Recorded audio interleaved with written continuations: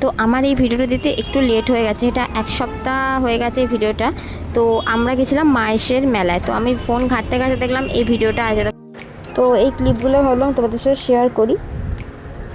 তো আমরা গেছিলাম মায়েশের মেলাতে। তো ওখানে দেখতে পাচ্ছি ফার্স্টে আমরা মন্দিরে গেছি, তো মন্দিরে ঢুকেছি, দেন আমরা ওখানে প্রণাম করে নমস্কার করে দেন আমরা মেলাতে ঢুকলাম। তো মেলাতে দেখতে পাচ্ছ অনেক রকম ভ্যারাইটিস জিনিস আছে। তো এনাকে দেখো, ইনি মেলায় ঘুরতে ঘুরতে মানে হাঁপিয়ে গেছেন, ওই জন্য ঘাম পুচ্ছেন আর কি বলবো। তো আগের বছরের থেকে এই বছরের মেলাটা একটু ছোট লাগছে, বাট তাও আমার ভালোই লেগেছে। তো অনেকের আবার ঠিকঠাকই লাগতে পারে, তো আমারও তো ভুল হতে পারে। যাই হোক, তোমরা যারা যারা আসোনি এতদিন এসে ঘুরে যেতে পারো। মাহেশের রথে শ্রীরামপুরে মেলাটা হয়, খুবই ভালো।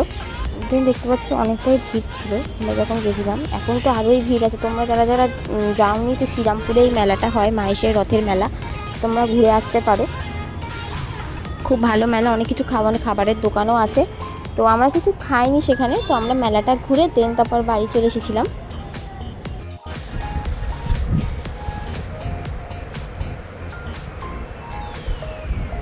তোমরা দেখতে পাচ্ছ দেন এখানে কত দোকান, মানে অনেক দোকান ছিল, মানে মেলাতে তো অনেক দোকান থাকেই, তো এখানেও অনেক ভালো ভালো জিনিস পাওয়া যায়। তোমরা ঘুরে আসতে পারো, এখনও মেলাটা চলছে। তো দেন এখানে গিয়ে মিস্টার বাসের একটু বাদাম কিনলো, দেন বাদাম কিনে আমরা ওখান থেকে রওনা দিলাম বাড়ির দিকে।